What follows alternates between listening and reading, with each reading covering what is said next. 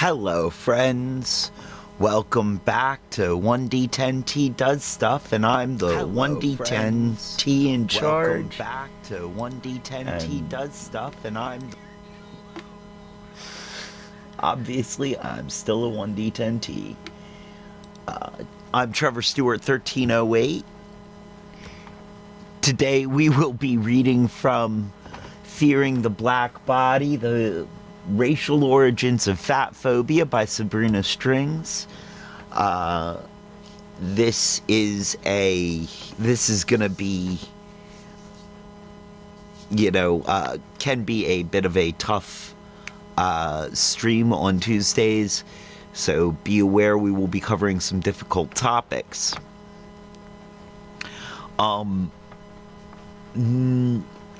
I will go ahead and do my ad read real quick. Today's pre-roll is brought to you by the Hidden Leaf, downtown Charlottesville, Virginia, 105 West Main Street, on the downtown mall, above the bricks, Suite 200. A great place to go with some great buds to get some great buds. A bud, and the only thing better than their bud is their customer service. Also, they have the lowest prices in town, according to my own personally highly biased research, by which I mean I was incredibly high when I did my personally biased research. You can find them on Instagram at The Hidden Leaf. Also, you can find our other sponsors on Instagram. Kush Gang Snacks, purveyors of fine edibles and drinkables at KG Snacks 434 on Instagram. And Firehouse, that's with a Z, also findable at Firehouse, spelled with a Z, on Instagram. Now, a note of disclaimer. I am about to say a whole bunch of stuff that has a whole bunch of personal political opinions embedded herein, and these opinions belong to me. Other opinions belong to those who express those opinions, but do not necessarily belong to any of our advertisers, including the Hidden Leaf, Kush Gang, and Firehouse. That's a whole lot of words. It would be remiss of me at this point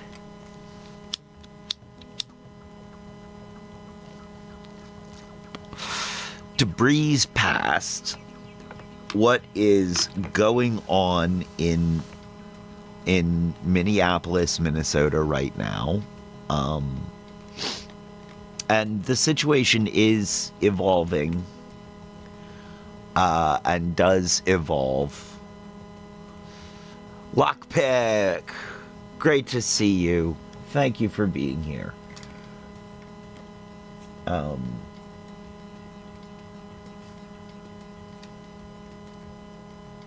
Yeah, so the situation in Minnesota. Oh, thank you for the sub, too. Thank you for the sub, and thank you for being sub for 22 months. I appreciate it.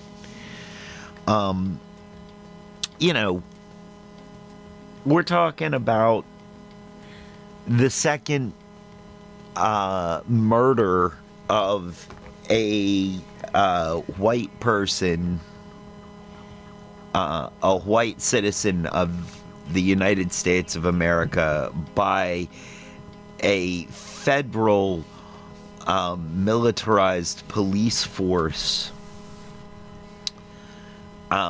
untrained, federalized, militarized police force. Yes, I am by myself in stream today. Do you want to hop in and talk? Because we can do that. We can do that. I can join for a bit. Okay. Hop on in whenever you're ready. Now, this is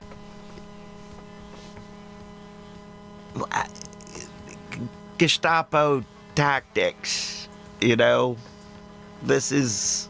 Oh, I'm sorry, we're in the U.S. It's Gestapo tactics. This is also not unique for the United States. You know? There we go. Is this working? This is working. Hold on. I need to switch audio over here. There we go. The audience wouldn't have known, but I would have had an echo the whole time if I hadn't have done that. Oh. And we don't want to confuse you any more than we have to. No, it's hard enough for me to think. That's why this stream is called An Idiot Does Stuff. And that's why I tell people I'm the head idiot. You should almost change it to An Idiot Attempts Stuff. You know, I really should have. But when I started this whole thing, I named the YouTube channel An Idiot Does, or the YouTube playlist Idiot Does Stuff. Well, there you go. Now you're stuck with it. So now I'm stuck with it. So yeah, there's this, I mean, you know, what I'm trying to get at here is that it's not unique for there to be a militarized police force killing people in the streets in the United States. This has actually been going on for a while. Just ask black people. There is one big exception to this time, though. Every time there's a shooting with a cop involved, every single time, the very first thing we learn is the cop's name. That is true. And the cops, now the cops in those cases aren't allowed to wear masks, and they're... Yeah. So, like, and now if anyone finds out this guy's name, just like they did with the last guy's name, they're going to be potentially going to jail and arrested, and there's going to be a manhunt because now they're doxing federal agents. Right. Since that's where this is, that fact right there alone is what kind of bothers me here. Is these guys aren't even, they're completely anonymous. Yes. There's no training and zero accountability. They don't even have to try to spin it. No. The guy that shot him doesn't even have to spin it. He just has to keep his mask on, and everyone else is apparently taking care of the rest.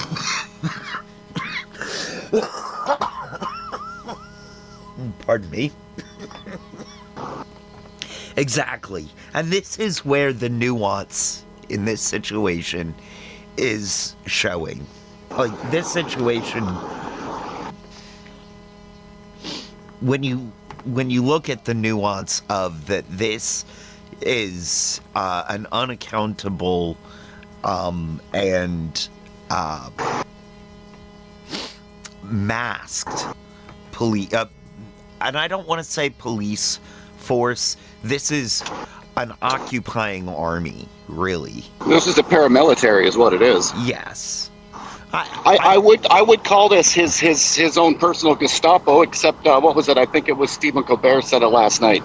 The only difference is the Gestapo didn't decide to wear masks. They were doing it proudly. Yeah, these guys are hiding. True. That is true, and that's one of the things about this.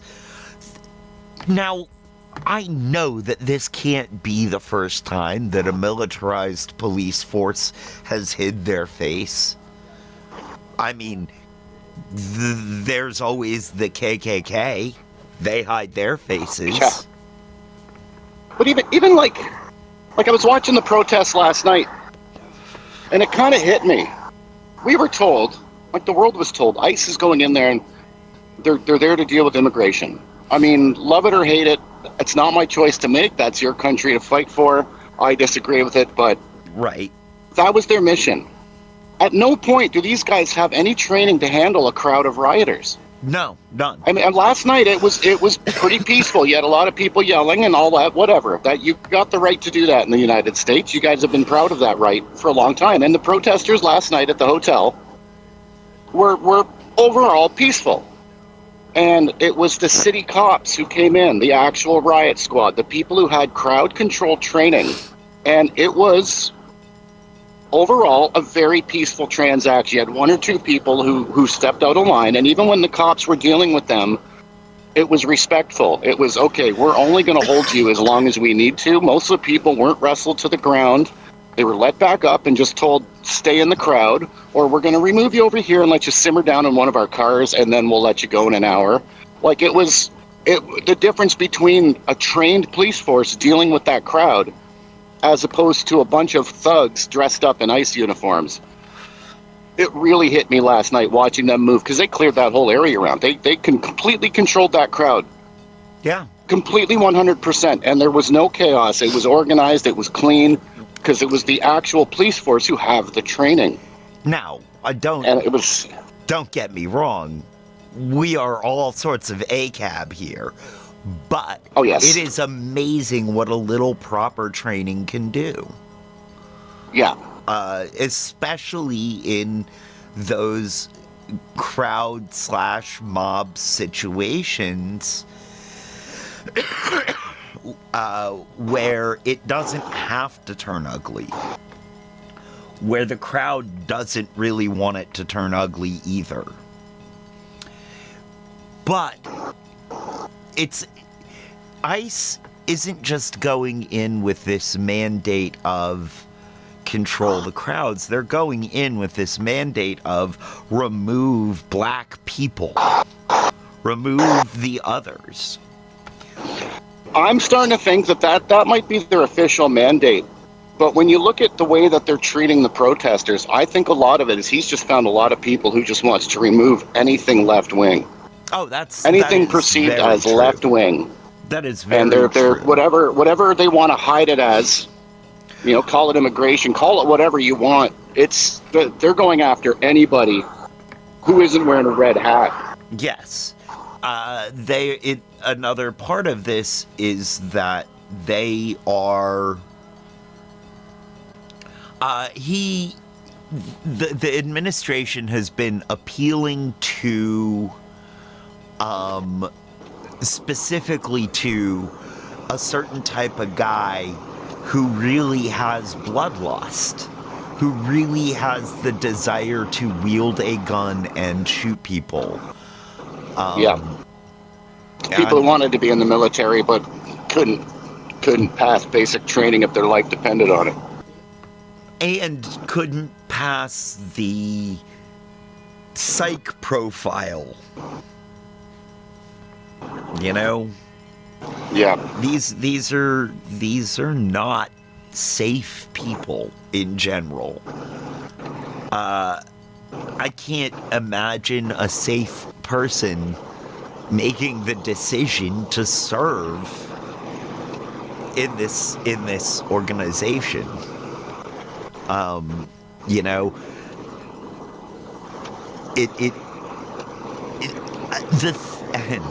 And to derail from that part of the thought for a moment, it also amazes me that what made this specific flare-up in Minnesota happen is some right-wing YouTuber kid pretending to be a journalist going to investigate fraud in Somali daycare. There have been... kind of brutal. Right. Daycare, dude. Daycare. How much fraud could be going on in daycare that it requires sending in a military force? I'm not even going to say paramilitary, even though they lack the training to be military. There's still a military at this point. But to send in a military into a city to deal with fraud? Yeah, it's ridiculous. To deal with fraud in daycare. Well, I mean, with the price of diapers today, there is a lot of money on the line. Tell me about it.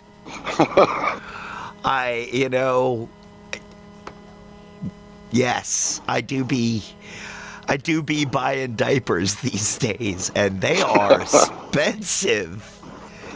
The gas to go get the diapers is cheaper. Never thought I would say that. Damn. Yeah, really, really. But I guess that's what happens when you just start taking someone else's oil. Prices go down because the overhead goes way down. You're not paying for the crude, you're just taking it. Yeah. By the boatload, apparently. I mean, yeah, I think it is good that Russia isn't getting that oil. But I really don't think we should just be stealing it like this. Feels It was weird. kind of handed over. Usually, when they go in and they kidnap a leader of a country, they don't graciously accept his wife to come tag along. I have a feeling a deal was made, Okay. but you know, okay. that's just my fair. opinion. That's fair. So I wanted to go through all of this to talk about, you know, I have thoughts, you know, the Republican leadership coming out and saying that it's because this guy brought a gun to a protest that he got shot. Alex Peretti, let's say his name out loud so people don't forget. You know, he brought a gun to a protest. And I hear the Republican leadership saying, who brings a gun to a peaceful protest? And I remember Charlottesville. I remember August 12th.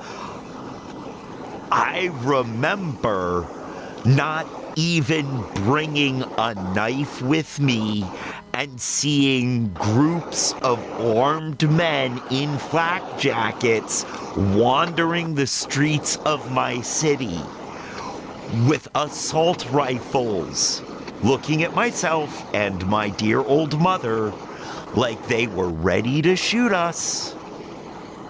Just waiting for their opportunity.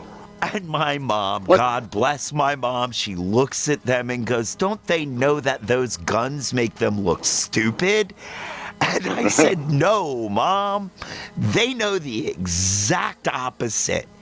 Having stared down the business end of more than one gun, they are intimidating. They are scary. When you are staring down the barrel of a shotgun, you are thinking, do I really have the metal to try and take this gun away from this person right now? Am I really this brave? Guns are scary. But now, so there's this, the Republicans are coming out and saying, well, don't arm the wrong people. Don't arm the left. A gun's for thee, but not for me. They're saying guns for me, not for thee. I'm saying guns for them, not for me. I don't think so. But Yeah, there's plenty of pictures from January 6th where there was a lot of armed citizens standing on the Yes. walking through the hallways of Capitol Hill. We don't need to go through what happened that day, but I mean, yeah, Right. It was okay then. They were heroes. They were just Right. peaceful sightseers. right. You know, like, yeah, there's so many places you can. There It's ridiculous that they're even trying to say that now all of a sudden you can't legally. And if the gun was such a problem, why didn't he even pull it out while they were beating him in the face with a metal can? right. He had plenty of opportunities to fear for his life and reasonably pull the firearm out, and it was one of them who had to pull it out of where it was stored. He didn't even go for it. Right. Exactly. Like,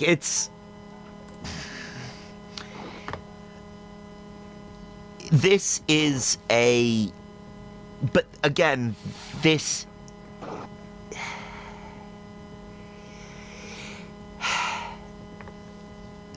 This is an attempt to scare us into not resisting.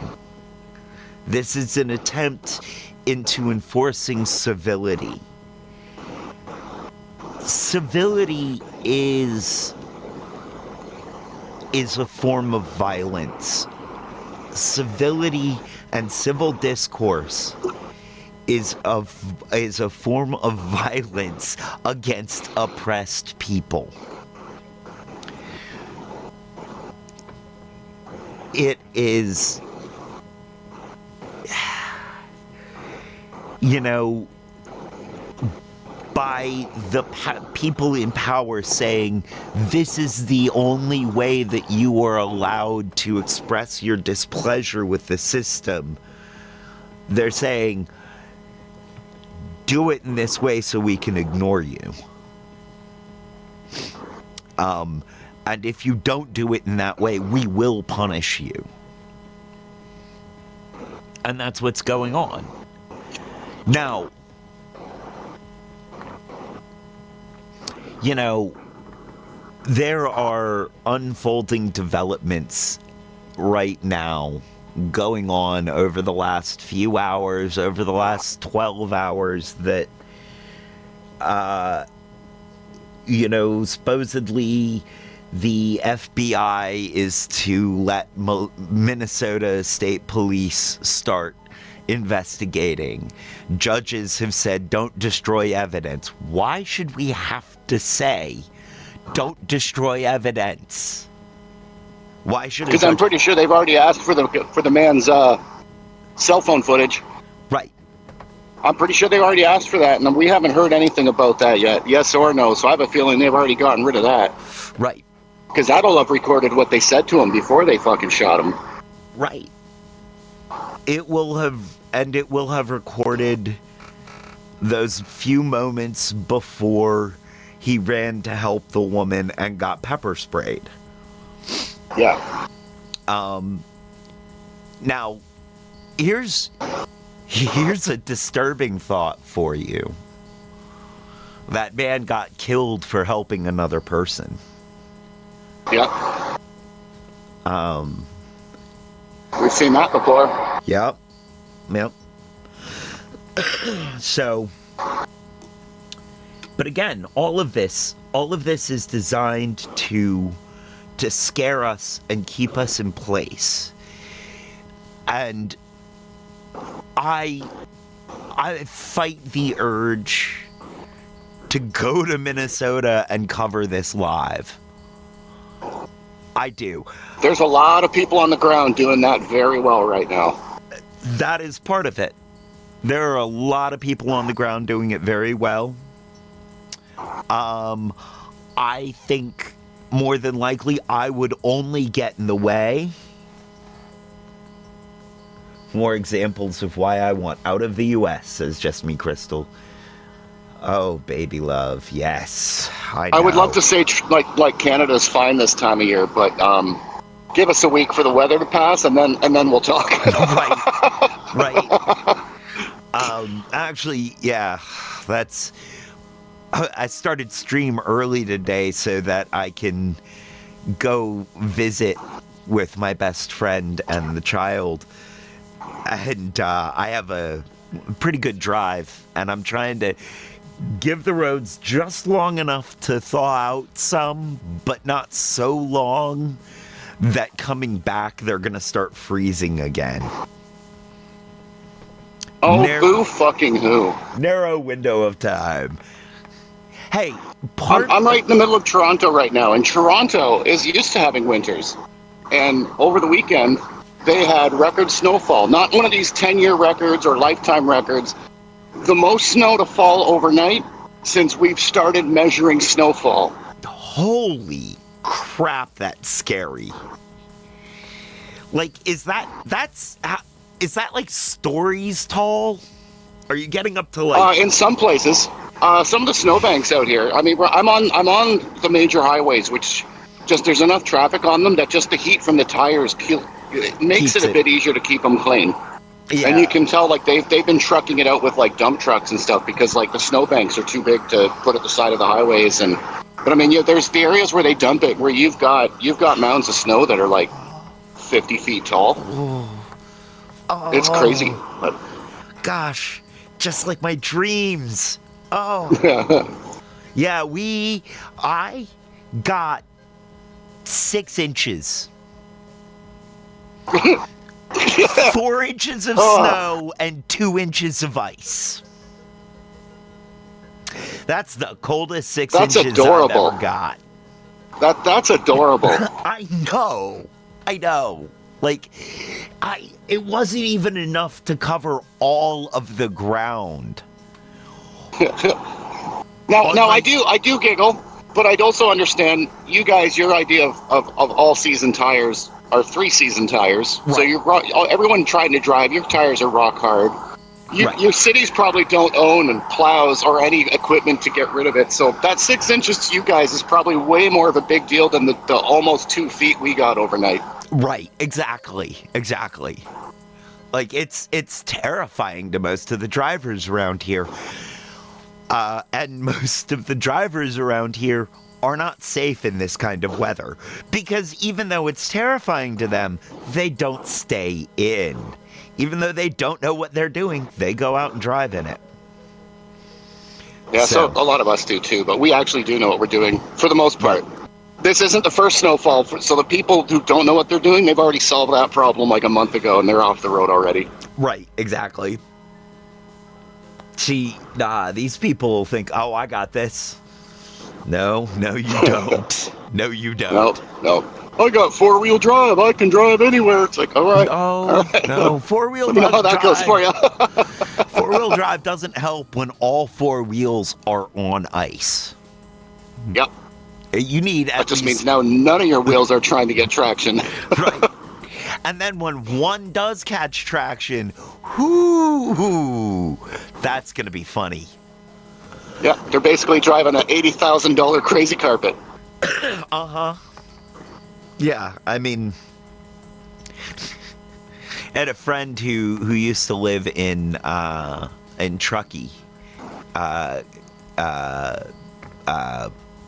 California, out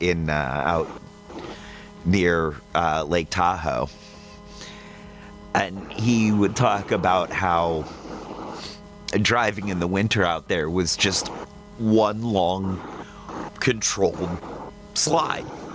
You knew you were sliding. You just did your best to control where you were sliding to, and you shrugged learn off how to any drift. body damage. Yep, learn how to drift. Yep. So yeah, that's why I'm going early today. But what I wanted to say is,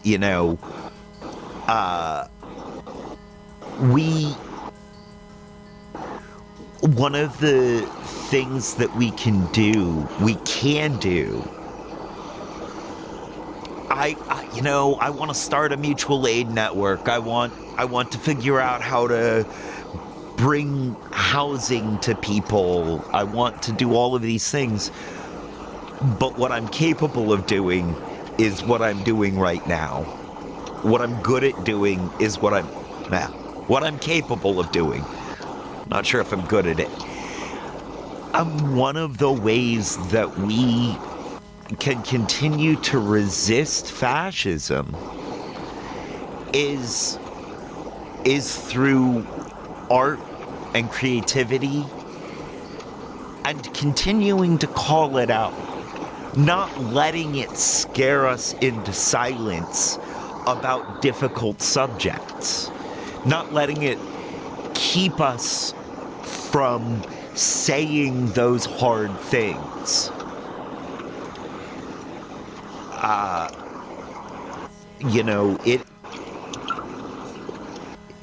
I was thinking about, in the face of what's going on,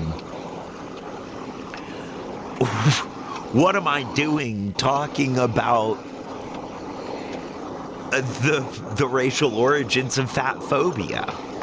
You know, how does this fearing the black body connect to people getting murdered, to white people getting murdered in Minnesota?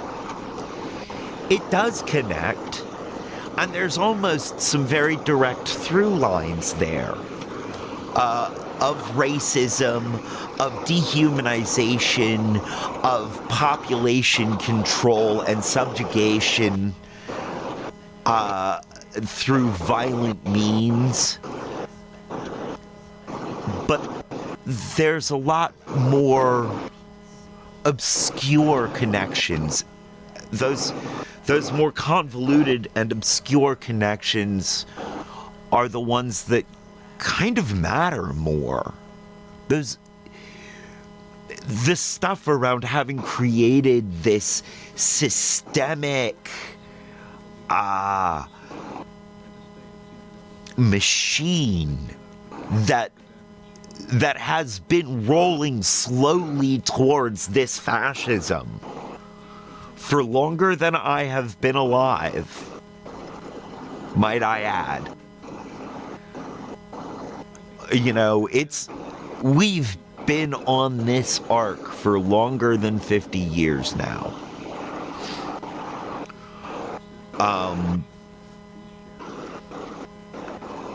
This systemic roll towards fascism that is part of and started by this systemic,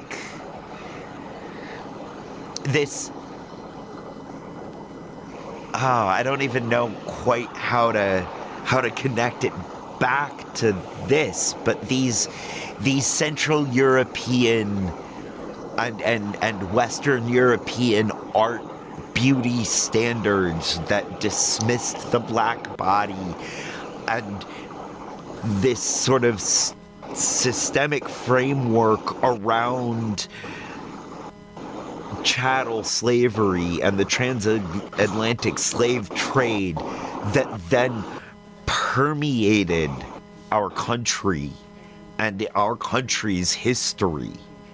My country. I'm sorry, I mean... Oh, we're not much different. We just had different victims. Yeah. I didn't want to... Canada's maybe not quite overt as overt. At least we tried to hide it. Not that that's a good thing, but yeah, we weren't much better. In fact, ours lasted a lot longer than yours did. I was in high school when the last residential school closed. So, I mean, yeah, our hands are not clean at all. Yeah. So it's not like I'd have trouble finding a country now whose hands are clean. I know that some countries have gone much further in trying to do better and be better. But any country that has had any imperialistic tendencies or been part of an imperialistic expansion is gonna have some sort of horrendous violence towards its indigenous people and probably other people as well baked into its history. Now, while that's true, we can move forward by acknowledging that and by trying to do better and be better. This does not have to be a condemnation of everyone. Just an understanding that our histories are not pretty. And that there is much to atone for in there. And that is the insidious strength of these strands of connection between between what we are looking at as the dehumanization of black people and other indigenous people, and the role towards this white supremacist fascism that we are facing in the United States today. And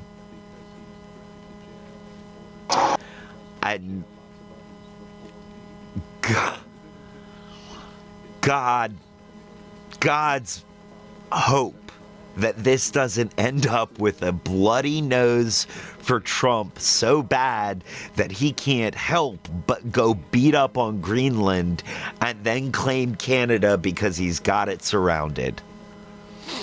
Oh, he can try. We're a hard country to secure. We are a hard country to secure. I'm sure.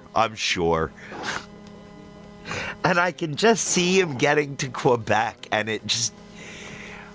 There is a slapstick comedy bit about the United States trying to invade Quebec. I don't know if it's been written yet, but it's there. Oh, God, what was that John Candy, Rhea Perlman movie? Canadian Bacon? One of my favorites. Oh, man. I loved that movie. The Americans looked like such idiots. I mean, the opening scene says it all when the army is having a flash sale, selling off all their old equipment.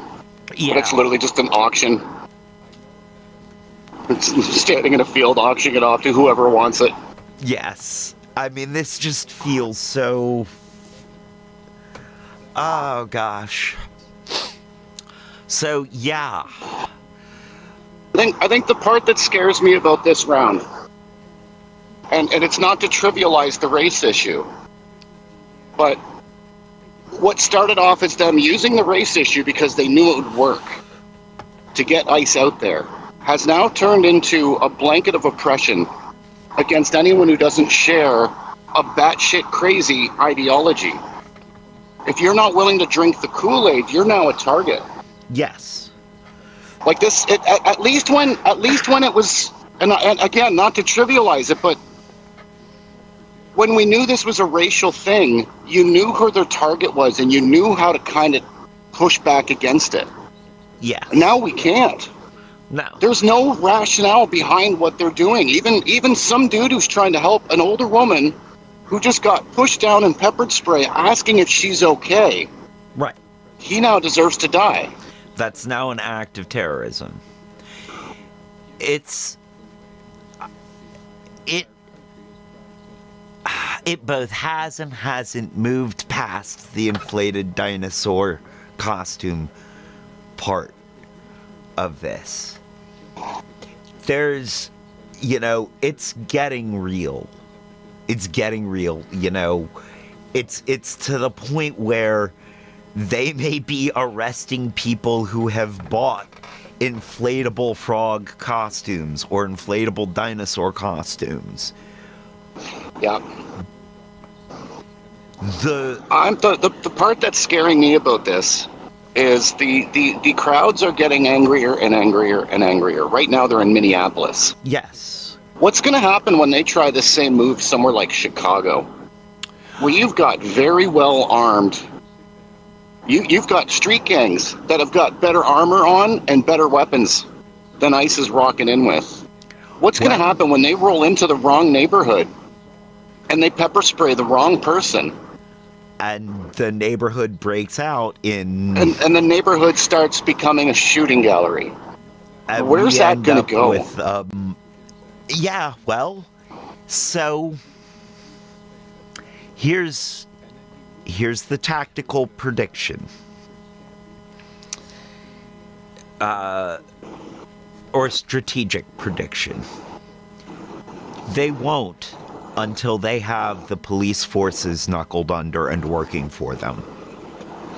Yeah, but even the police force, the reason they when they first went into Chicago, only using Chicago because it's a very blatant example these days. Yeah.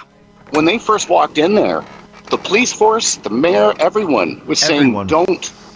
don't do this. You don't know what you're dealing with here. There are places that we tread lightly in. As a police force, we tread lightly because we know there's only so much we can do. We try to be the referee to the best of our ability, but sometimes you just can't walk in there and show dominance because you're all going to end up dead. Right. Like there's got to be a two-way respect when it comes to that on some level of okay, this is the way that this neighborhood is. We need to respect that to go in there, and I don't think ICE will when it comes to time. Well, I think that these will be the last places they go, for one. Their next place is Maine. That's where the ice is starting to build up. And I just realized there's a weather joke in there. But no, that is where the militarized force ICE is starting to build up next. Maine? The heck is going on in Maine? But it's remember when Trump place... said he wanted to use the American cities to train the troops, use them as training? This is what he's doing. It's a place for them to flex, for them to train, for them to figure out before they have to face any sort of... They're targeting Canadian borderland states. Like I said, Lockpick. Bring it. Hey, Maddie, we're Canadians. We know how to deal with ICE. You guys have special tires to deal with them, don't you? Yes. A prime example. This is just a bit of a side thought. The other night, I had to go clear a pathway out because we had some food being delivered, right? And it was like minus 20 degrees outside, damn near, a bit of wind. Now I go outside with the shovel. I'm not wearing gloves. I'm wearing a bit of a hat. I've got my winter coat on with a short sleeve shirt underneath it. The coat's barely zipped up. I'm wearing shoes with no socks. And the only thing covering my legs was a pair of flannels. Just like, basically, not even like thick flannels. They were just like linen. I go out there and I'm shoveling away. It's a bit cold, but I'm fine with it. The neighbor across the street, I don't know where he's from, but it sure as hell isn't anywhere that gets this weather because he's bundled up like I would have never seen it, and he's struggling and keeps stopping to warm his hands up, and he's just struggling. I'm out there basically like wearing my pajamas and a light jacket. It was pretty damn funny. I'm like, man, I can't wait to see him next year when he pulls the same thing I did. Right. The movement keeps you warm. If you're too bundled up, you'll overheat, start sweating, and your extremities will get cold. Well, there's enough of us who work outdoors and we work all year round. You can't take 6 months off of work every year. That just doesn't work. You get acclimated. You do. I remember being in upstate New York in snowstorms up to my hips being like, this ain't that cold. You know? Maddie you get used to it. Maddie said Trump somehow managed to make Quebec proud to be Canadian. Hey, that's no easy feat. Our governments have been trying for years. Right? Well, nothing like a common enemy, eh? Kind of hate that U.S. is becoming the common enemy, but it's also kind of been that my whole life, so... Decades, exactly. But yeah, I mean, where I was originally going with all of this is that the best resistance is to keep resisting, to keep saying these things. Both pointing out the absurdity of what they're doing, but also not discounting the seriousness of it. Trump somehow managed to get Greenlanders cozy up with Denmark, and they low-key hated Denmark, right? Right now, Greenland is going, Denmark, not so bad.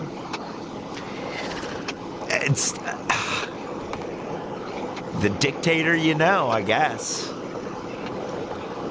And to be fair, Denmark does treat them well. I mean, yeah.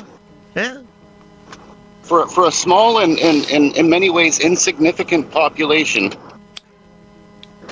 on a very large piece of land, Denmark has done a very good job of making sure that they maintain their sovereignty and control over their lifestyle on the land that they have owned for who knows how long. Yeah. Now, okay, Denmark hasn't done. There's still some difficult things in that background, like. Yes. You know, can't escape that. But it's still better than it's.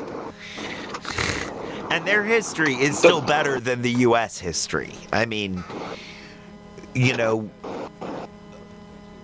hundreds of years of slavery, hundreds of years of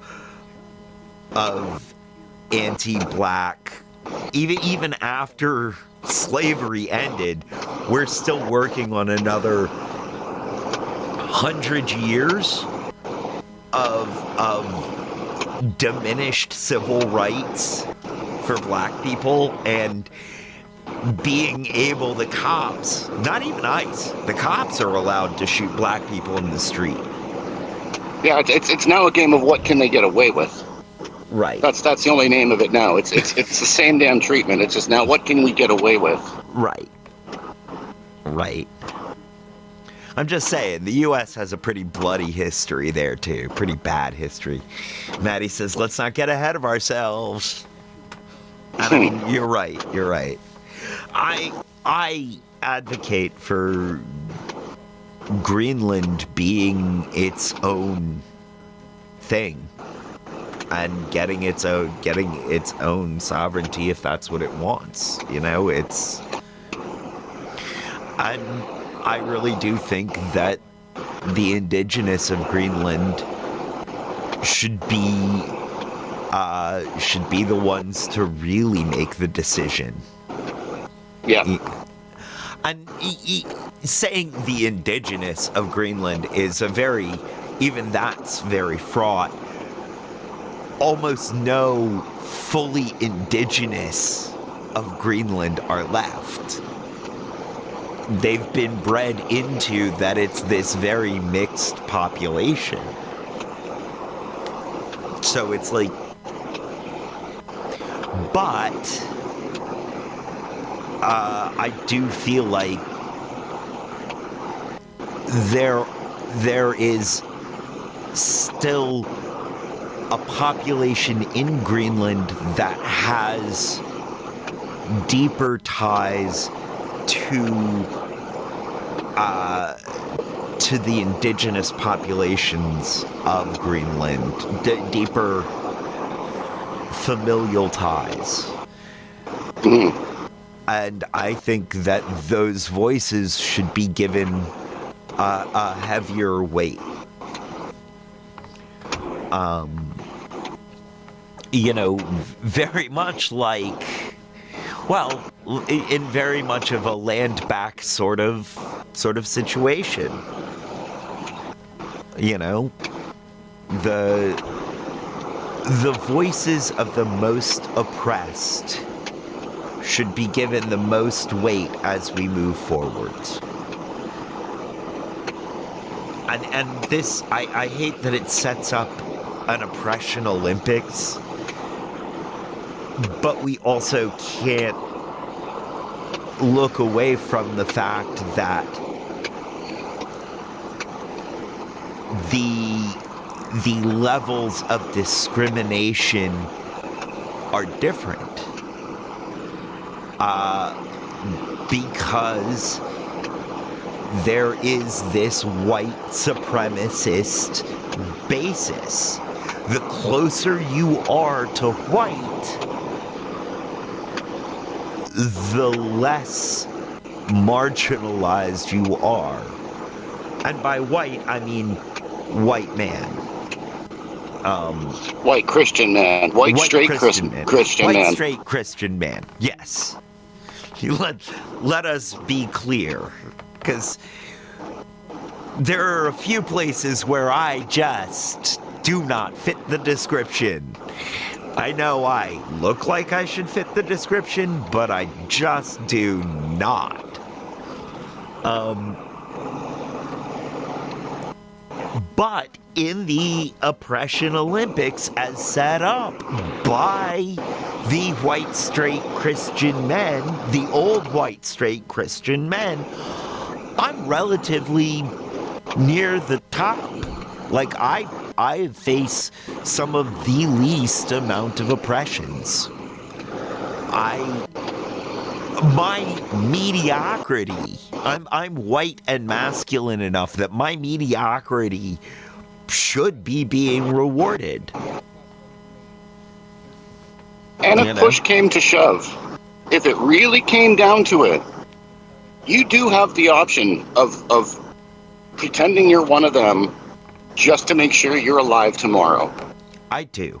I could sign up for the right-wing grift right now.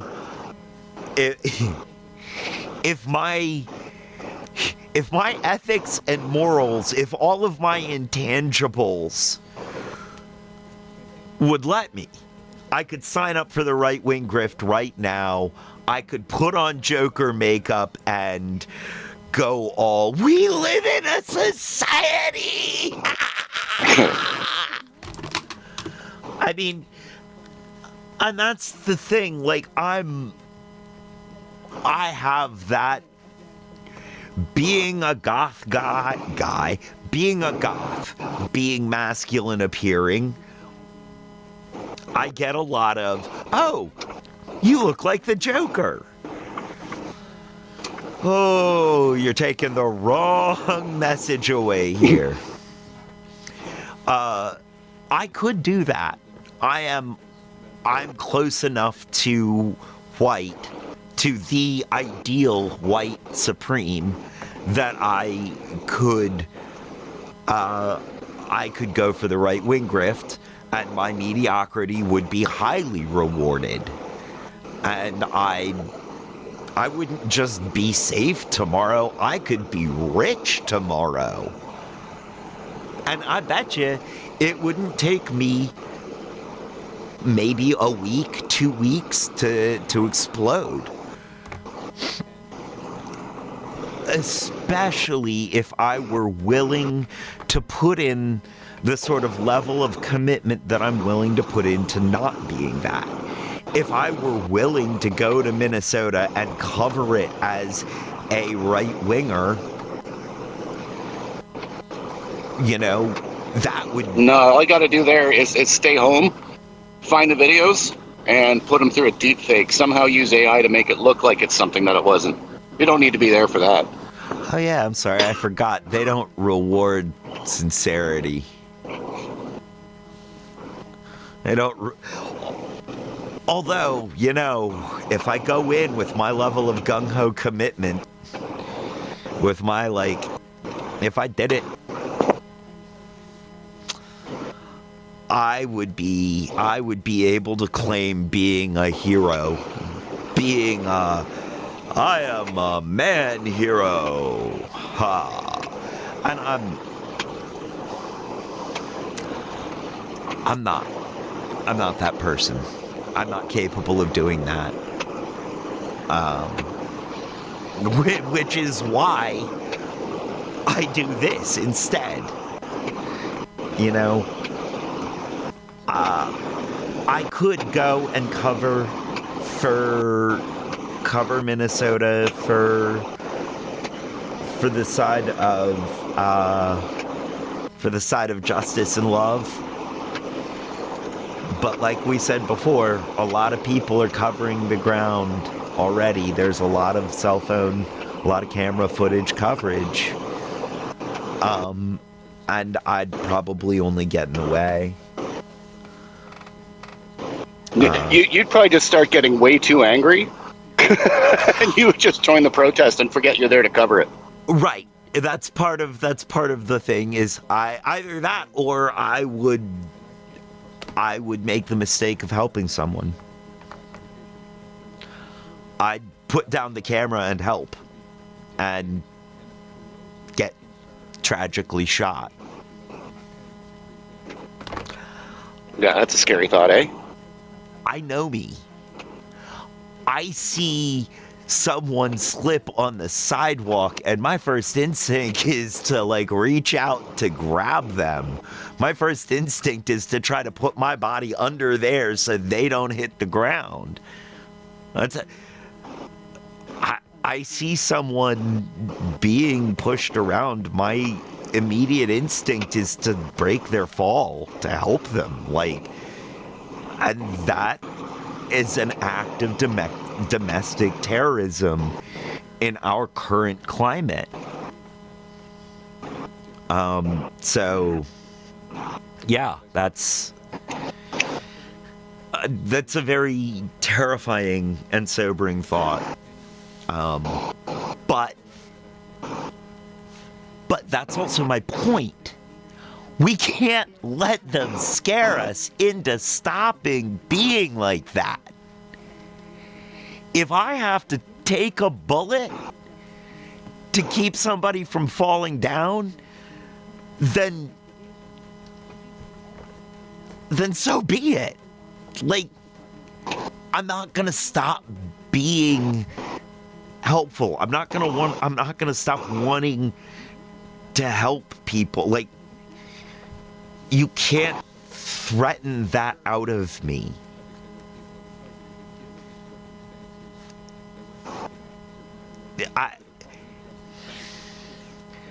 Because my intangibles are strong enough to keep me from taking the right-wing grift, they're also strong enough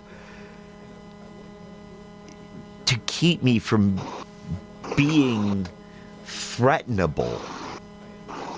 You know? Hey, JB, great to see you. Thank you for being here. What is going on, JB? It's...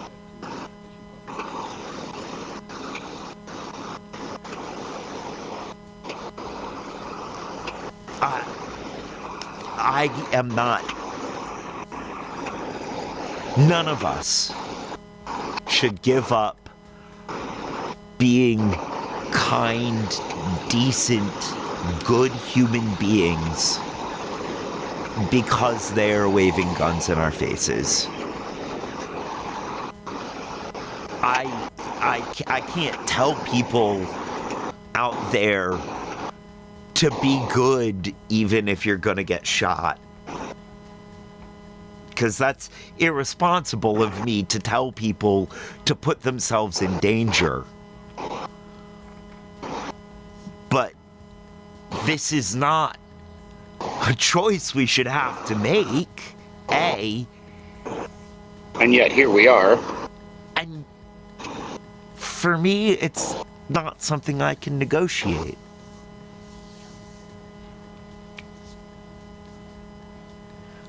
I hold myself to the standard of not being threatenable into not being the person that I want to be, not doing the things, taking the actions that I want to take. This is all nice and easy for me to say, being small time and not facing a whole lot of, actual threats from anybody. It's not like, most of the threats are pretty quiet and implied. And by quiet, I mean, my neighbors shooting off guns while my best friend was living with me because she was a black woman. And them just wanting to make her uncomfortable. Notice that, and I've noticed, since she's moved out, I ain't heard gunshots.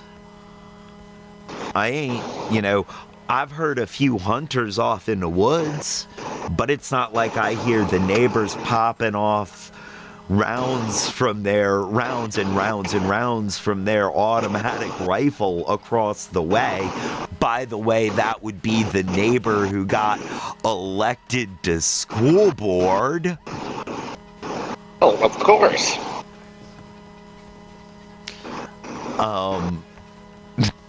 Ain't that some... But,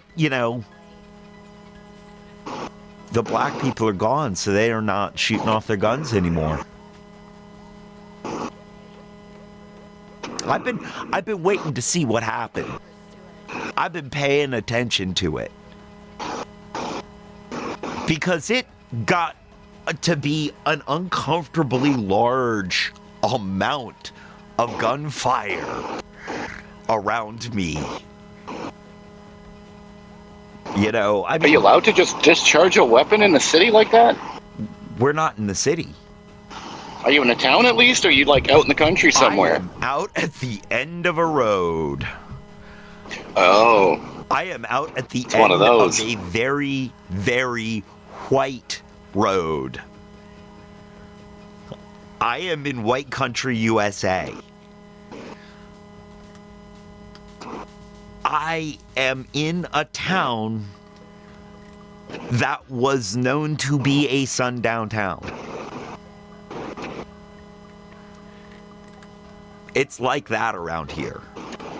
Oh, I'd be an arsonist by like within 3 months if I lived around there. Every time I go into town, I have to drive by a, oh God, what's it called? The white tree or the green pine tree on the white background, and the appeal to heaven. Somebody has a appeal to heaven billboard, like 2 posts, nicely done, carved in and everything out of wood. Appeal to heaven, i.e., kill all of them and let God decide who the good ones are. Basically a very racist and xenophobic dog whistle. I have to drive past that every day just to get to town. Just to get to the village. Like, it takes a whole lot of my soul not to confront the people around me about this. But I'm also highly outnumbered. I guess I am threatenable into some form of silence. There is wisdom here.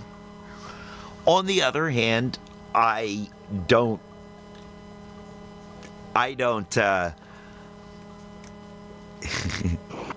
not advertise outside of my house what I'm about, I didn't hide how I felt. I didn't hide my best friend from the world just because, and I don't,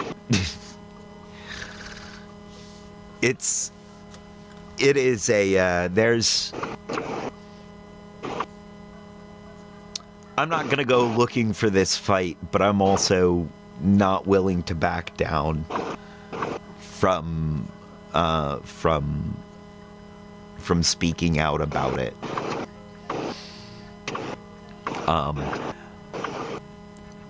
It is these much more covert threats are the types that I've been having to face. Not the overt, straight-on death threats, although I have gotten a couple of those. And it's weird, I've gotten those over on my YouTube shorts, which are... Oh, of course. 99% YouTube's the place for it. Are just one-liner dad jokes that are completely non-offensive to anybody except for people who don't like puns. Which means they're offensive to like 50% of the population. But you're not clicking on a YouTube short about called a joke or hashtag dad jokes if you hate puns. But because of the eyeliner, I have gotten somebody threatening if I ever come to Texas, they're going to blow a hole in my chest. It's like, okay, well, that's a little public for you to be making a death threat. I would have responded back with, well, how am I supposed to sneak into Mexico now? That, God, I wish I'd have thought of that back then. But no, I did. I went with the not wise to make public death threats. And the dude went, I don't care. It's like, okay. You don't care, then I'm going to leave this up just so I have evidence that you made a public death threat. Oh, I would have pinned it to the top in hopes that a bunch of people start reporting them. Temptation now sets in to go back and look it up and do that, but it's so long, it happened so long ago that I've just sort of brushed it off. It's, you know, not a thing anymore. All right. We have had some fun. We've also covered some serious topics here. I do want to read a little bit from Fearing the Black Body before I get out of here. And I have a little less than a half an hour before I've got to get out of here. So thank you for joining me. Well, if you're going to start reading, I should probably hop off of this, definitely, because I will be nothing but a distraction. Yes, exactly. Especially considering what I'm reading. Yeah. Thank you for joining us, Lockpick. I appreciate it. Thank you for discussing this stuff with us. It's also nice to see, nice to get a Canadian's opinion. Anytime. I think I'm about to lose a signal here, so I'm going to hop off and I'll listen in on your channel. All right. Love you, Lockpick. See you later. And I'm going to go ahead and hop off the Discord. And we are going to switch over to this. So yeah, that was all a way of me saying, I don't know what else to do other than to keep doing what I'm doing. And me reminding myself that by doing what I'm doing, I am at least practicing some form of resistance.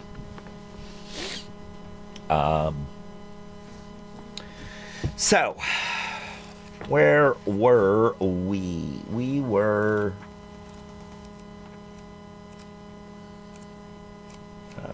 we were way past all of that. There we are. I think we are just about...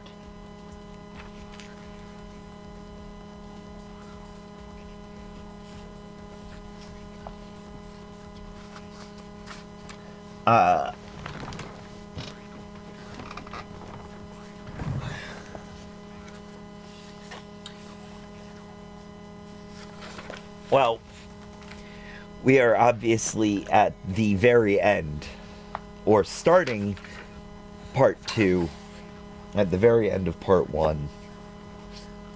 We're gonna go back and read this last bit from the beginning here. And we are going to scoot the book up so you can see of what I speak.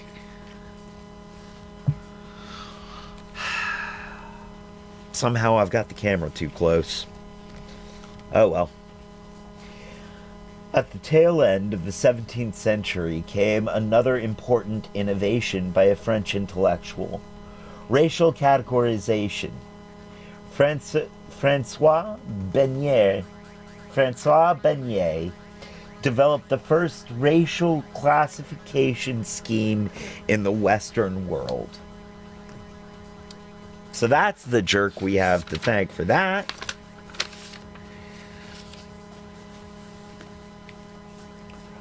Like the ideas of Descartes, the ideas of Beignet were taken up swiftly and with relish among English intellectuals.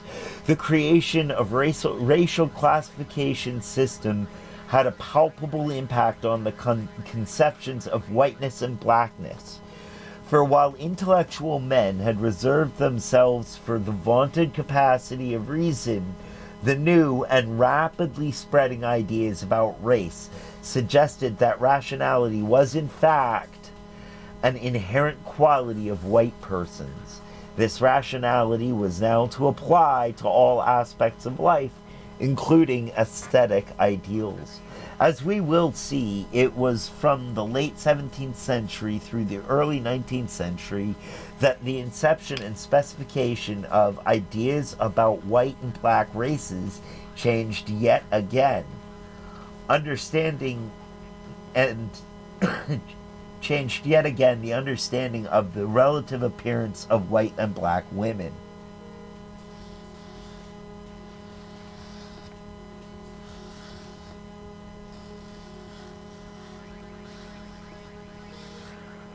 Really not good at highlighting. For if black women were transformed from voluptuous bodily exemplars in the 16th century to little, low, and foul in the 17th century, and in the 18th century, their presumed racial proclivities, including that of irrational and unrestrained eating, would transform them into the unsightly and even monstrously fat.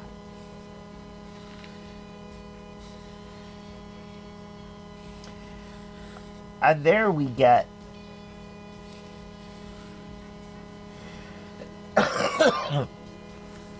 there we get some look into the racial origins of fat phobia. How fat has been made to be bad so that so that being skinny is white.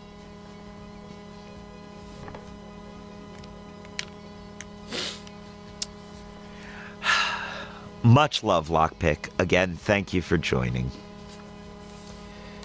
Part 2. Race, weight, God, and country. Part 3. 3. The rise of the big black woman. Francois Beignet was salt of the earth. His parents were tillers of the soil in a small farming town in northwestern France. From these humble origins, he would go on to make significant contributions to Western intellectual history. He would be the first person in the world to create a system of human classification based on race. He was the guy who separated white and black. Well, I don't know if he was the guy, but in the field of what is today known as race science, let me start that sentence again correctly. The field of what is today known as race science took off during the long 18th century, a period that encompassed the High Enlightenment and the peak of the transatlantic slave trade. France and England were cultural and colonial powerhouses during the era. Learned men from these two nations generated a significant portion of the racial scientific theories. Though Beignet was first to market, scholars have typically overlooked or diminished the significance of his racial theories. But Beignet's intervention in the field of race science was consequential. His work reveals the centrality of concerns about feminine aesthetics to race-making projects since their inception. That is integral to Beignet's and many subsequent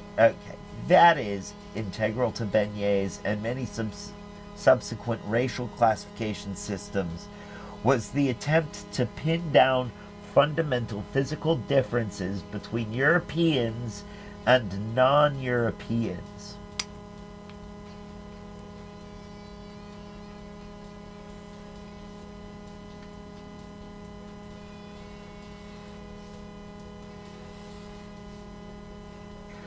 With an intense focus on the women in various categories.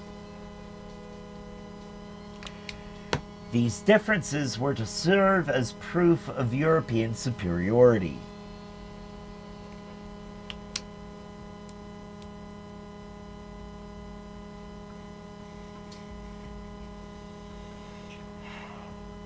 And this is the basis. This right here is where we're moving from racist art to racist science. And the basis of our current medical understanding of our bodies.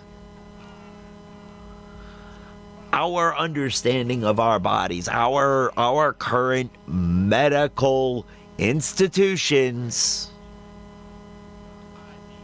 right there. Based in looking for non-existent differences. Yeah, non-existent physiognomy differences to prove that the different arbitrary groups of humans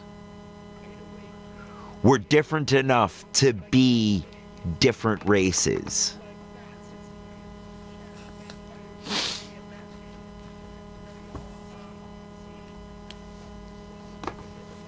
I just wanted to let that sink in for a moment there. Like, therein is this crux of what I'm saying. And ultimately, to bring this around to my ultimate Tuesday point, behavioral health, mental health, the institutions around that, especially the institutions around the racial, the racialized versions of those, are about keeping people operating within this specific framework. That if you do not fit into this framework,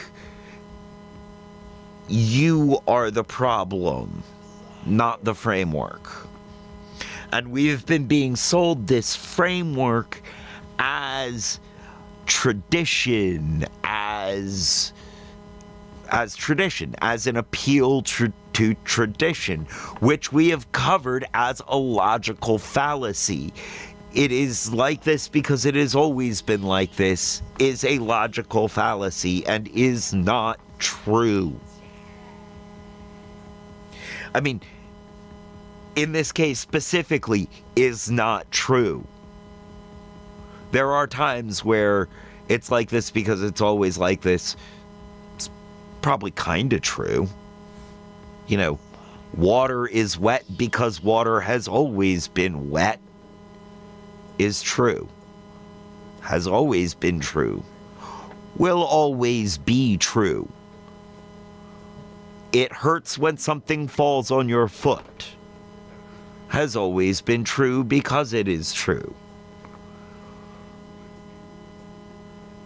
Two human beings from different parts of the planet who look different, are different, is not true just because not only is it not true, it has never been true. And just because a system has been put in place to make that truth appear real does not make it true. This is where that appeal to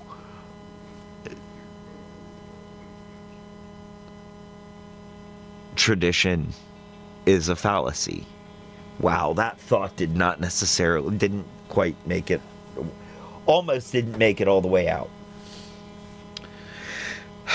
Let me get on with this as time grows short. In this way, whereas women's physicality had been largely outside the social distinctions that were made between Europeans and Africans, in the Renaissance, by the 18th century, it was treated as foundational to them. The racialized female body became legible, a form of text from which racial superiority and inferiority were read.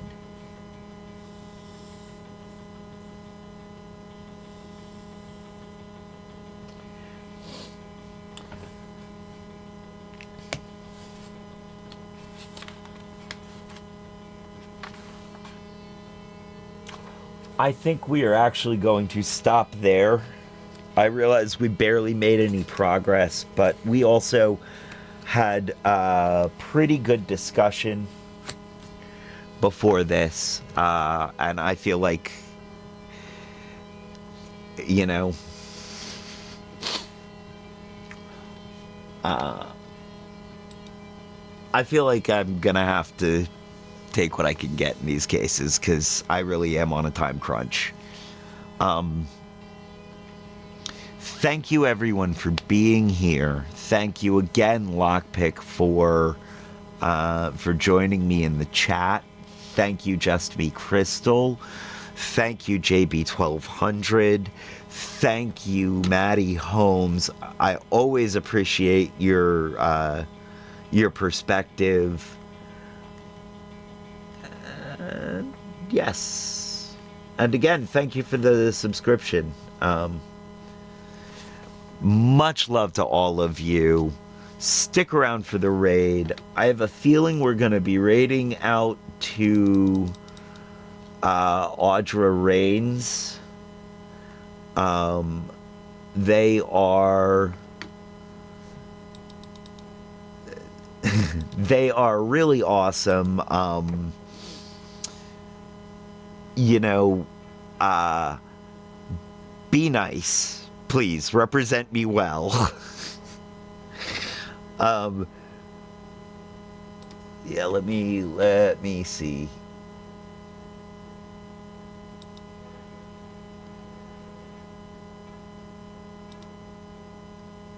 Yes, we will be raiding out to Audra Reigns, so thank you again, everybody, for being here. Thank you so much. Much love. Much love to all you lurkers out there. And now is the time on the show when I say, as they say around here, 2 up, 2 down, VA, double deuces. I'm out, y'all.